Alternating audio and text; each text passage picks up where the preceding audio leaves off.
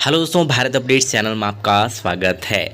और आज इस वीडियो में आपको बताने जा रहा हूं एचपीयू बीएड के बारे में। जैसा कि आप सभी के कमेंट भी आ रहे थे कि बीएड के जो एंट्रेंस एग्ज़ाम एंट्रेंस फॉर्म है वो कब से भरे जाएंगे, एग्ज़ाम कब होगा, एलिजिबल कौन कौन होता है, उसके लिए कितनी फ़ीस लगती है, यानी कि जो रजिस्ट्रेशन की फ़ीस होती है वो कितनी फ़ीस लगती है ना। और एग्ज़ाम से कितने दिन पहले एडमिट कार्ड आ जाता है, क्या उसका सिलेबस होता है, ठीक है। तो उसके बारे में हम यहाँ पे जो है आज बात करेंगे, ठीक है। तो सबसे पहले देख लेते हैं कि एचपीयू बीएड एंट्रेंस एग्ज़ाम कब होगा। तो जैसे कि आपको पता ही है कि टेंटेटिव शेड्यूल आ चुका है, ठीक है। बीएड का टेंटेटिव शेड्यूल आ चुका है और 6 जून को इन्होंने टेंटेटिव बताया हुआ कि टेंटेटिव डेट्स हैं वो 6 जून, यानी कि 6 जून को आपका एग्ज़ाम होगा एंट्रेंस बीएड का, ठीक है। तो अभी आपके कमेंट्स में क्वेश्चन आए थे कि ये कब से भरा जाएगा, कब से स्टार्ट हो जाएगा भरना। तो देखो दोस्तों, 6 जून को अगर उन्होंने बोला है कि एग्ज़ाम होगा, उस डेट के हिसाब से अगर चलें तो कम से कम एक वन मंथ तो उनको लगता ही है फॉर्म को भरने के लिए, रजिस्ट्रेशन करने के लिए, है ना। तो अगर देखा जाए तो अप्रैल लगा हुआ है, तो 3rd या 4th वीक में आपका भरना स्टार्ट हो सकता है एचपीयू बीएड के जो फॉर्म है, ठीक है। एंट्रेंस के जो फॉर्म है वो भरना स्टार्ट हो सकते हैं आपके अप्रैल 3rd और 4th वीक से, और फिर वो मई तक भरे जाएंगे, यानी कि 1 मंथ का लगभग टाइम होता है भरने का। तो फिर मई तक वो फॉर्म भरे जाएंगे। फिर उसके बाद उसमें जैसे किसी ने कुछ गलती कर दी हो तो वो भी उसके लिए करेक्शन के लिए टाइम देते हैं, ठीक है। तो उस हिसाब से देखा जाए तो आपके अभी अप्रैल 3rd और 4th वीक से आपके जो हैं एंट्रेंस एग्ज़ाम भरना स्टार्ट हो सकते हैं, ठीक है।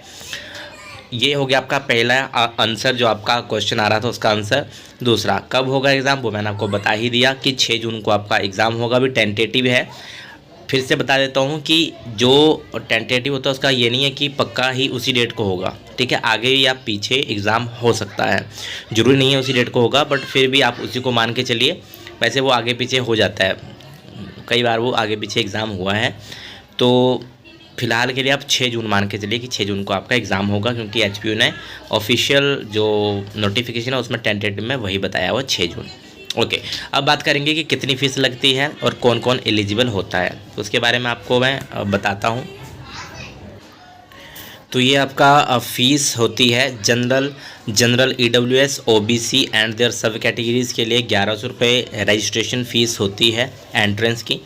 और एससी एसटी एंड देयर सब कैटेगरीज़ बीपीएल आईआरडीपी के लिए 550 रुपये फ़ीस से यहाँ पे लगती है बीएड को भरने के लिए। ओके, अब हम आगे देख लेते हैं। अगर हम एलिजिबिलिटी क्राइटेरिया की बात करें, यानी कि एजुकेशनल क्वालिफ़िकेशन की बात करें और एलिजिबिलिटी की बात करें, तो आपकी सबसे पहले तो ग्रेजुएशन होनी चाहिए, ठीक है। तो ग्रेजुएशन आपकी होनी चाहिए। The candidate with at least 50% marks, आप 50% आपके मार्क्स हैं, यानी कि 50% आपके मार्क्स हैं, या 5.01 अगर आपकी सीजीपीए है तो 5.01 होनी चाहिए, और ग्रेड में है तो ग्रेड बी होना चाहिए। बैचलर डिग्री, चाहे मेडिकल में हो, नॉन मेडिकल, कॉमर्स, आर्ट्स, जो भी हो, उसमें से आपके ये इनमें से कोई एक होना चाहिए क्राइटेरिया, ठीक है। 50% मार्क्स हो, या सीजीपीए 5.01, या ग्रेड बी होना चाहिए। और in the master degree in the social sciences, humanities, commerce, bachelor degree, तो ये मिनिमम मैंने आपको बता दी ग्रेजुएशन होनी चाहिए। और मास्टर्स की बात करें तो 55 है ना, मास्टर डिग्री, हाँ ठीक है। और एटलीस्ट 45 बोथ ही जनरल कैटेगरी के लिए 50, और जो रिजर्व कैटेगरीज़ हैं उनके लिए 45% मार्क्स आपके होने चाहिए। सीजीपीए 4.51 होना चाहिए, ठीक है। SC ST OBC physically handicapped categories के लिए बैचलर और मास्टर डिग्री में 50%, उनके लिए 55 थी मास्टर डिग्री में, ठीक है, और इनके लिए 50। और ग्रेजुएशन अगर अपना है तो 45% आपके हैं तो वो चल जाएगा काम उससे, ठीक है। और ये आपकी एलिजिबिलिटी क्राइटेरिया हो गया। बाकी जो फाइनल ईयर के हैं बीए बीएससी बीकॉम, वो भी उसके लिए एलिजिबल होते हैं। तो वो भी अगर आप फाइनल ईयर में हो और अगर आपने सोचा है कि भरना है बीएड का एंट्रेंस तो भी आप ये भर पाओगे। ओके, एंड इसके आगे हम देख लेते हैं सिलेबस क्या होता है इसका। तो ये आपका एंट्रेंस का सिलेबस है, ठीक है।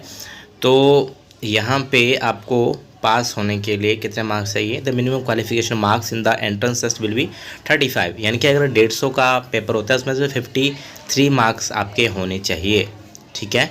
और अगर आप reserve category SC ST OBC physically handicap candidate में से हो तो मिनिमम क्वालिफिकेशन आपकी कम हो जाएगी 5%, ठीक है। यानी कि जनरल से 5% कम, यानी कि 30% आपके हैं। यानी कि अगर नंबर के हिसाब से बात करें तो 150 में से 45 नंबर आपके आएंगे तो आप इसके लिए एलिजिबल हो जाओगे, ठीक है। मतलब पास हो जाओगे तो आप आगे भर पाओगे, ठीक है। जो काउंसलिंग वगैरह होती है उसमें पास होने के लिए, ठीक, तभी आप काउंसलिंग भर पाते हो अगर मिनिमम क्वालिफाइंग मार्क्स आप क्रॉस कर जाओ या इतने हों तब। दूसरा, इसमें 150 नंबर के MCQ टाइप क्वेश्चन आएंगे। 2 घंटे का आपका एग्ज़ाम होगा, कोई भी नेगेटिव मार्किंग नहीं होगी। ये सेक्शन आपको आएंगे general awareness mainly HP and India 30 number की, 1 नंबर का एक क्वेश्चन होगा। Language and comprehension Hindi and English 20 number के दोनों। लॉजिकल रीजनिंग आएगी 20 नंबर की। Knowledge of national commission and committees of education 20 number. Teaching aptitude and attitude ये आएगा 40 नंबर। टोटल 150 नंबर का ये आपका एग्ज़ाम होगा। बाकी डिटेल में भी थोड़ा यहाँ पे बताया गया है। जनरल अवेयरनेस में क्या क्या आएगा, HP का आएगा और इंडिया का आएगा। तो HP में क्या क्या आएगा, इंडिया में क्या क्या आएगा, वो यहाँ पे बताया गया है, ठीक है। और बाकी आपको नेट से देखना पड़ेगा language and comprehension, logical reasoning, या आप ऐसे करना पिछले प्रीवियस ईयर के क्वेश्चन पेपर उठाना, उसमें से आपको बहुत सारी चीज़ें जो हैं मिल जाएंगी, ठीक है। क्या आएगा, कैसा आएगा, ठीक है, किस तरह से क्वेश्चन, किस तरह टाइप के क्वेश्चन आते हैं, वो सब आपको वहाँ पे देखने को मिल जाएगा। एडमिट कार्ड की बात करें तो एडमिट कार्ड आपका एंट्रेंस से लगभग आप मान के चलो 5-6 दिन पहले आता है।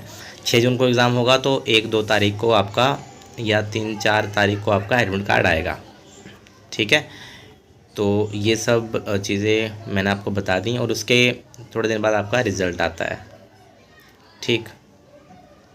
वो भी दूर है फ़िलहाल, तो अभी आपके जो रजिस्ट्रेशन फॉर्म है वो निकलेंगे, वो भरना स्टार्ट होंगे, ठीक है। उसके बाद आपका एडमिट कार्ड आएगा, फिर आपका एग्ज़ाम होगा। बाकी का जो वो है चीज़ें वो मैं आपको अलग से वीडियो में बताऊंगा। इस वीडियो में बताऊंगा तो बहुत ही लंबी वीडियो हो जाएगी, ठीक है। तो जो आप पूछ रहे थे उसका मैंने आपको बता दिया।